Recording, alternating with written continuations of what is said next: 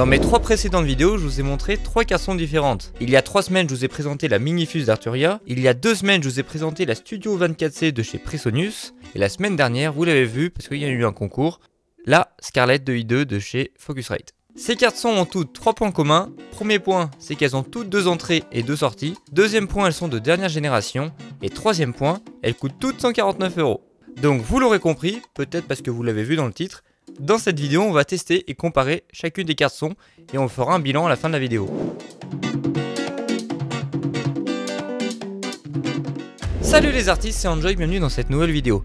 Alors pour tester chacune de ces cartes son, je vais enregistrer dans un premier temps ma guitare qui est juste derrière. Je vais jouer le même riff pour chaque carte son et comme ça on pourra comparer les différentes qualités de chaque carte son. Deuxième test qu'on va effectuer pour comparer ces cartes son, eh bien on va faire un test de voix. Donc je vais brancher ce micro directement à mes 3 cartes son et comme ça on pourra toujours écouter dans FL Studio les différents rendus. Juste avant de passer à la phase de test, vérifie que tu as bien cliqué sur le bouton s'abonner juste en dessous de cette vidéo.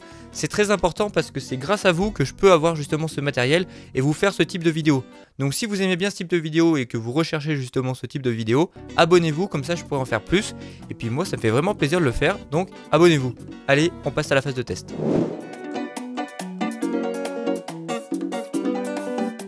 Je prends ma guitare, je trouve un riff que je vais répéter pour chaque carte son.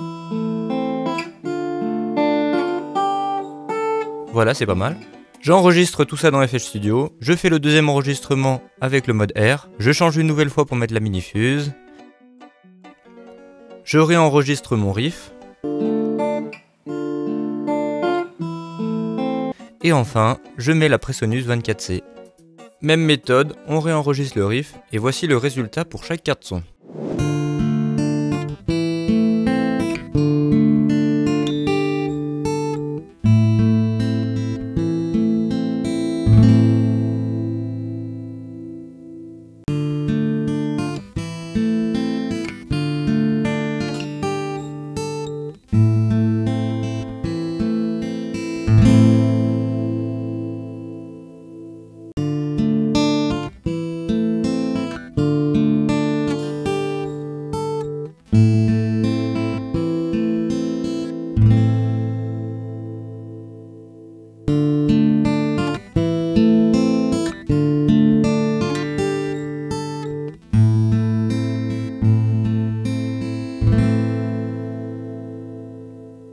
Maintenant pour enregistrer la voix, je branche mon micro à la carte son. J'avoue ce n'est pas une chanson, une simple bafouille pour tester mes cartes son.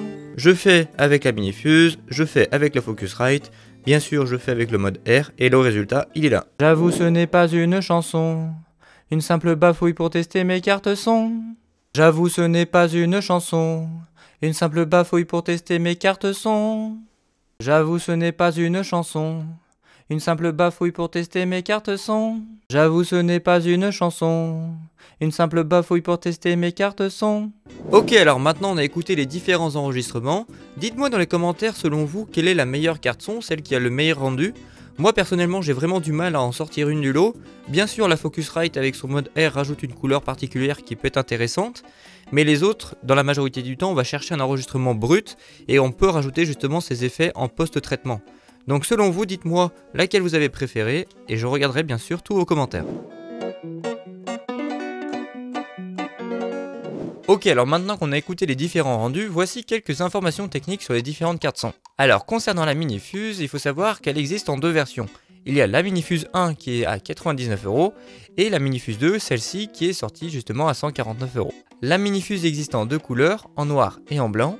Elle possède de très bonnes caractéristiques techniques, comme par exemple les 110 dB de plage dynamique, les moins 129 dB du bruit d'entrée, ou encore le fait qu'il y ait une très faible distorsion. Tout ça pour vous garantir un enregistrement de qualité. La Minifuse est garantie 5 ans. Aujourd'hui on peut dire que cette carte son est unique en son genre car elle arrive avec un port USB qui peut accueillir votre contrôleur. A ma connaissance aujourd'hui c'est la seule carte son qui propose ce type de fonctionnalité. De plus pour la Minifuse 2 elle a une entrée et une sortie MIDI qui est très agréable si on veut accueillir un synthétiseur. La gestion du gain d'entrée de notre micro ou de la guitare se fait via une LED qui change de couleur sur le potentiomètre et elle a un vumètre central qui correspond à la sortie audio. Maintenant concernant la Scarlett de i2, vous l'avez peut-être déjà vu dans différentes vidéos parce qu'elle est extrêmement vendue.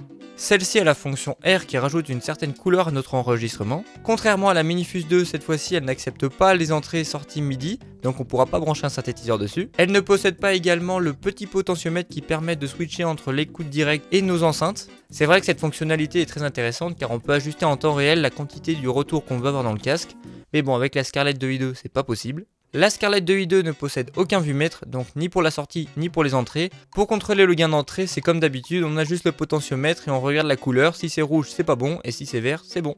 Bien sûr, comme dit précédemment, la Scarlett ne possède pas de prise USB, mais elle est garantie 3 ans. Maintenant, concernant la Studio 24C de chez Presonus, eh bien comme vous pouvez le voir, elle possède un design un peu différent. Elle est plus imposante, plus lourde. Elle peut accueillir les synthétiseurs comme la Minifuse avec ses entrées MIDI, entrée et sortie. La prise casque, elle, contrairement à ses collègues, est située à l'arrière de la carte son. Tous les boutons de commande sont situés à droite de la carte son. La Studio 24C possède le potentiomètre qui permet d'ajuster plus ou moins le retour en direct dans nos écouteurs. Et cette fois-ci, la Studio 24C possède un vumètre pour contrôler l'entrée et contrôler la sortie. Donc elle a clairement un avantage sur ses concurrentes sur ce point-là, parce que là au moins on sait ce qu'on fait quand on bouge les boutons. Malheureusement, même si c'est plus visuel de contrôler le gain, il faut avouer que les potentiomètres justement de gestion de gain des entrées 1 et 2, eh ben ils sont très faciles à bouger et du coup moins précis, et c'est très difficile justement de bien ajuster son gain, même si on peut le visualiser. Et cette carte son, contrairement à ses concurrentes, ne propose pas de garantie visible sur leur site internet qui est mise en avant, donc je suppose qu'elle possède une garantie peut-être d'1 an ou 2, mais pas 3 ou 5 comme les deux autres. Maintenant, concernant l'impédance des sorties casque de chaque carte son, eh bien il est amplement suffisant. J'ai testé avec mon DT770 Pro 80 ohms et j'ai eu aucun problème de volume au niveau des sorties casque pour chaque carte son. Par contre, il faut avouer que avec un 250 ohms, il faut faire attention avec la Scarlett qui risque d'être un peu plus faible que les autres.